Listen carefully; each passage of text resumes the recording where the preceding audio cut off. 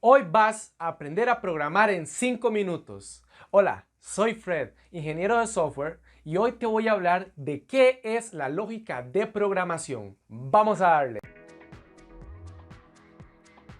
La lógica es la base de toda la programación. Si tú conoces la lógica y entiendes cómo es que funcionan los sistemas por detrás, vas a poder trabajar en cualquier lenguaje de programación que tú quieras hacerte un experto. ¿Aprender a programar es difícil? Esa es una pregunta que todos nos hacemos al principio. Pero déjame decirte que no, en realidad aprender a programar, en mi opinión, no es tan difícil. Aprender a programar o aprender un lenguaje técnico de programación te puede requerir más o menos 10 minutos. En 10 minutos puedes conocer toda la base. Pero ¿qué es lo que pasa? Cuando nos enfrentamos a proyectos o programas muy grandes que requieren muchos procesos, muchas cosas detrás, ahí es donde el programar se nos vuelve una tarea súper compleja. La programación tiene varias funcionalidades, pero tal vez tú te has preguntado, ¿para qué sirve la programación? Bueno, ahí es donde entran dos aspectos principales. El primero es para manipular datos. ¿Y qué quiero decir con esto? Bueno, que obtenemos datos de usuarios, de clientes, de empresas, números, textos, todas estas cosas nosotros las podemos manipular, procesarla y convertirla en información.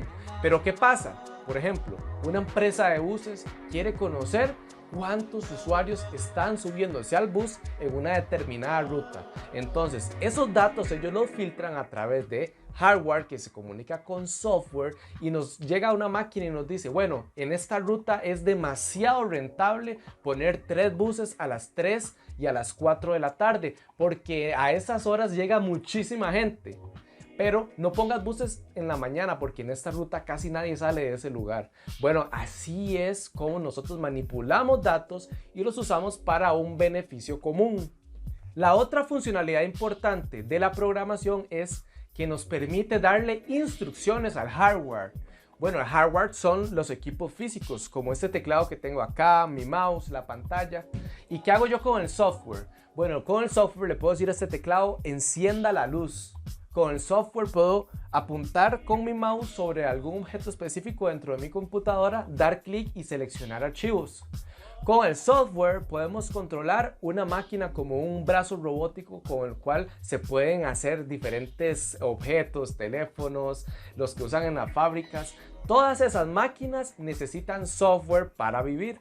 Ahora bien, en el momento en el que tú quieres empezar a aprender a programar, tienes que estar seguro de utilizar el lenguaje correcto para lo que quieres. Por ejemplo, si tú quieres trabajar en sitios web, hacer páginas online, entonces, ¿qué es lo que necesitas conocer? Aprende JavaScript, aprende también HTML, debes de conocer todo el ambiente en el que vas a desarrollar.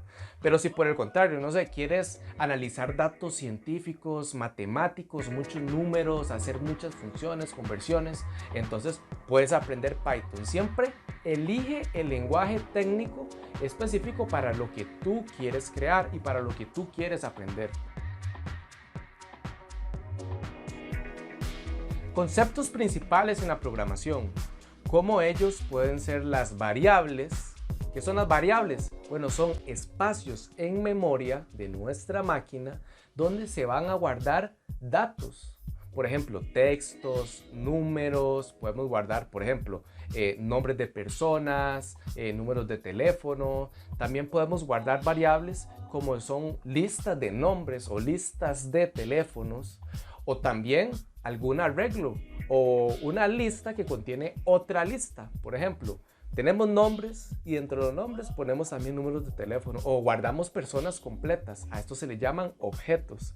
Pero también, aparte de eso, existen las constantes. Las constantes son parecidas a las variables, pero nunca cambian durante el proceso. Por ejemplo, tenemos la constante del número pi. El número pi nunca cambia. Siempre va a seguir siendo 3,14 y todos los decimales que le siguen. Esto lo podemos usar pero muy bien cuando vamos a crear funciones, que es otro de los conceptos importantes dentro de la programación. Cuando nosotros creamos funciones, utilizamos todas esas herramientas que les acabo de explicar, como son las variables, las constantes y todas estas herramientas que son muy útiles. Ahora, hablando más detalladamente de lo que es una función, podríamos decir que son un conjunto de instrucciones que tú le vas a dar al programa que él debe de cumplir sí o sí. Entonces, por ejemplo, podemos hacer una función que sea de sumar dos números. Tenemos un número, entra el otro número. Dentro de las instrucciones le vamos a decir, bueno, suma el número 1 con el número 2 y vas a devolver el número 3, que va a ser la suma de los dos. Y así es como le damos una orden específica y él nos tiene que devolver específicamente lo que le estamos pidiendo. También tenemos el concepto de condicionales. Esto funciona así, por ejemplo, yo voy a hacer un programa en el que si es martes voy a decir estoy durmiendo. Pero si es miércoles, voy a decir estoy trabajando. Entonces, por ejemplo, él entra a un if, dice if hoy es igual a martes, voy a devolver estoy trabajando. Entonces pongo otro if, dice if hoy es igual a miércoles, entonces devuelvo estoy durmiendo. Esas son las condicionales. Podemos hacer muchas condicionales, ahí es donde comparamos muchas cosas. Por ejemplo, se usa mucho para comparar fechas. Entonces, si queremos decirle a una persona que está usando nuestro sistema que no está autorizado para entrar al sitio web, ¿qué es lo que está pasando internamente? Está verificando una condicional. Entonces el sistema pregunta, según lo que nosotros le hemos programado, ¿este usuario con el ID número 123 tiene autorizado o está igual a una lista donde hay autorizados? Entonces, ¿qué va a hacer? Devuelva sí. Pero si no está dentro de esa lista, vea cómo funciona el condicional, le vamos a decir no, no está autorizado y le devolvemos no. El sistema va a comprender esa condición y ¿qué va a hacer? Simple y sencillamente le va a bloquear el acceso. Así es como funcionan las condicionales. Y por último, les hablaré de los ciclos. Los ciclos son muy sencillos. Por ejemplo, tenemos una lista de carros utilizando una variable de arreglo como la que les expliqué ahora. Entonces en estos carros tenemos, no sé, Toyota, BMW, Mercedes-Benz. ¿Qué vamos a hacer? ¿Qué queremos hacer? Queremos imprimir en pantalla para que nuestro usuario en un sitio web vea los carros que les estamos vendiendo. Entonces internamente tenemos el arreglo. ¿Cómo hacemos para recorrer ese arreglo donde está cada uno de esos carros, verlos y mostrárselos al cliente? Bueno, eso lo hacemos a través de un ciclo. Por ejemplo, un ciclo for. Entonces en el ciclo for tenemos esos nombres de carros y lo que hacemos es 1, 2, 3, los vamos imprimiendo. Y esa funcioncita, ese pequeño ciclo, nos hace un trabajo que nosotros, tal vez si eso no existiera, tuviéramos que estarlo imprimiendo manualmente. Mi recomendación cuando quieres iniciar a aprender a utilizar un lenguaje de programación es que elijas un solo lenguaje para comenzar. ¿Por qué? Porque se te puede hacer un completo enredo, te lo digo por experiencia propia.